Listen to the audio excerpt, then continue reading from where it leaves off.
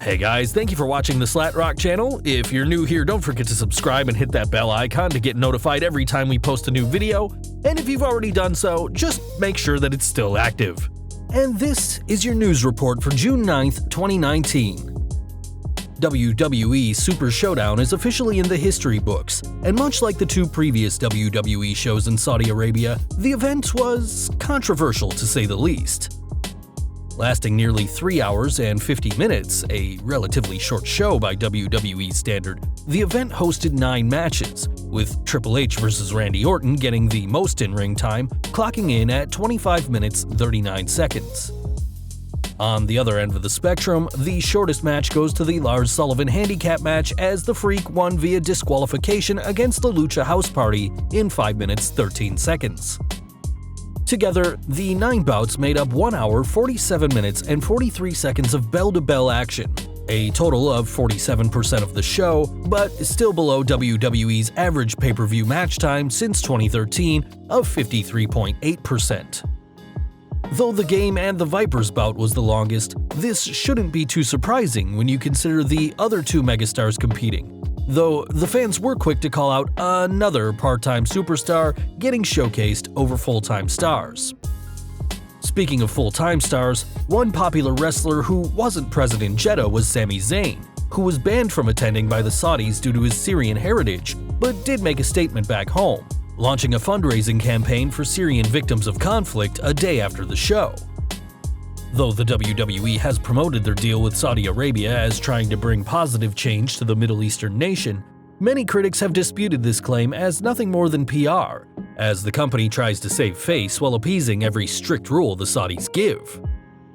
Sami Zayn may have been banned from going, but many top stars refused, including John Cena, Daniel Bryan, and Kevin Owens, who reportedly refused to work the event due to several factors. The murder of U.S. journalist Jamal Khashoggi last October is still fresh in the minds of many fans, as is the recent planned execution of Murtaza Carreras, an 18-year-old who has been imprisoned for alleged anti-government activities since 13. Some superstars who did attend Super Showdown still protested the regime in their own way, with Ali claiming he would be donating his entire earnings from the show to a humanitarian cause.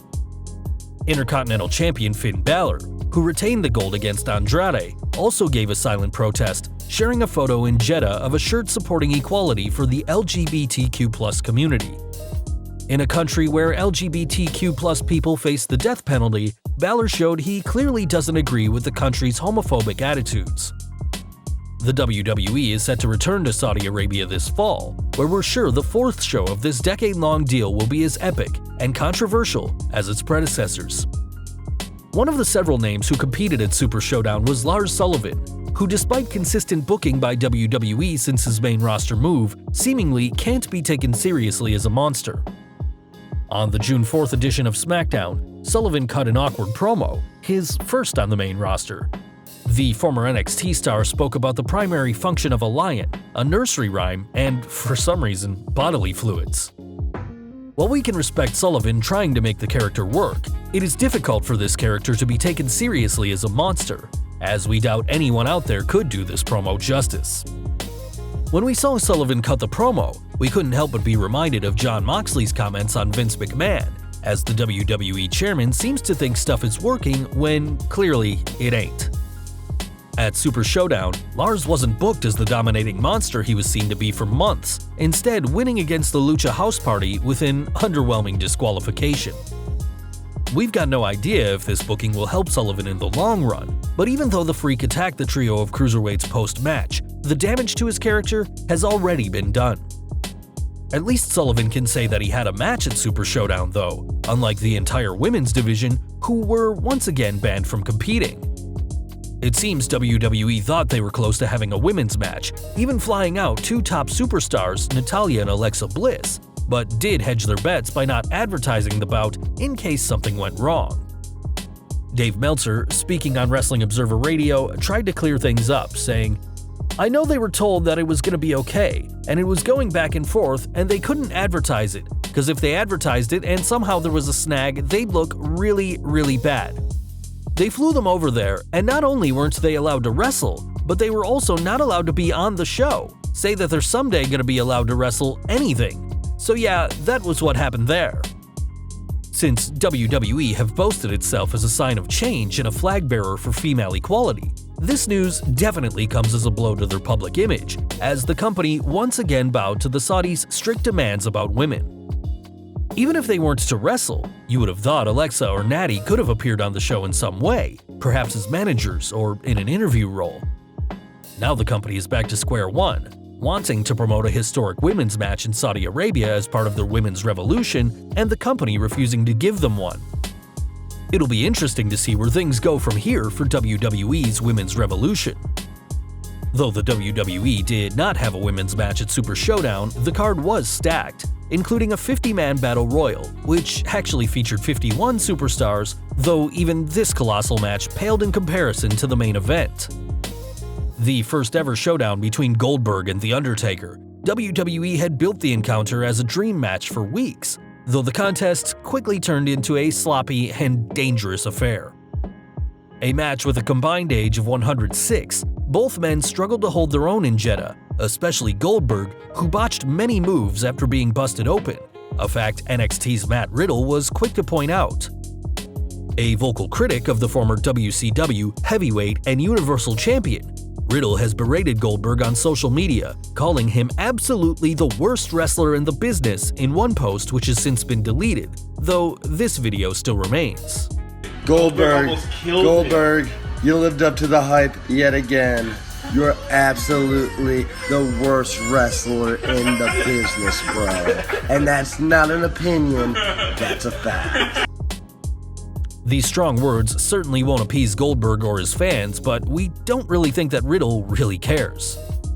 If anything, this video is directed at WWE, as he wants to make sure that he doesn't have any issue with The Undertaker, a long-term WWE loyalist who defeated Goldberg in Jeddah. Despite this, attacking a Hall of Famer on social media probably isn't the best idea from a business standing for Riddle, and it'll be interesting to see how the King of Bros career goes from here. And finally, we end on a sad note as Juanis Oropeza, the mother of WWE superstar Andrade, died while her son was in Saudi Arabia. Oropeza passed mere hours after the former NXT champion failed to take the Demons Intercontinental Championship, according to a report by Super Luchas. Halcon Soriano, a famed luchador, took to Facebook to speak about how much Oropeza meant to the community, saying, "We join the grief and pain that our brothers of the Luchista family, the Andrade Oropeza family and dynasty are facing right now. For the sensitive death of the wife of teacher Joe Andrade and mother of the Gomez Papal and World Order idol Andrade 100 Souls, Mrs. Juanis Oropeza, RIP, take a big hug with great affection and find consolation and hope through faith in our Lord Jesus Christ.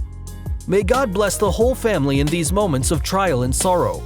We are with you." Our thoughts are with Andrade and his entire family at this time, and we wish him the very best processing this terrible news. Well guys, that's our news for today. Feel free to leave your take on any of this news down in the comments below. If you liked the video, don't forget to check out our previous video for huge botches from WWE Super Showdown 2019. Also check out our other high-rated videos by clicking at the upper right-hand corner or down in the description field.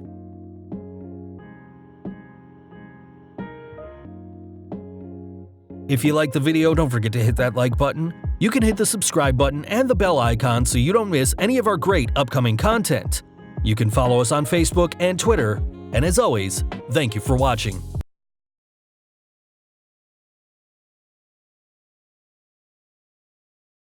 Hey guys, welcome to the Slat Rock Wrestling channel. We're big wrestling fans, and if you like wrestling too, you're in the right place. Our channel contains passionately produced wrestling-related videos. Our subject matter experts have been producing amazing facts from the world of professional wrestling thanks to their world of experience. We're proud to say that we've been producing videos of great visual experience thanks to our high-level designers and audio talent. To check some of our high-rated videos, please visit Slat Rock Wrestling on YouTube. Click here to subscribe to our channel, or simply type Slat Rock Wrestling in the YouTube search bar. Once you're in the channel, hit the subscribe button and don't forget to hit the bell icon to receive notifications whenever we post any video. You can follow us at @SlatsRock on Twitter. Once again, welcome to Slat Rock Wrestling.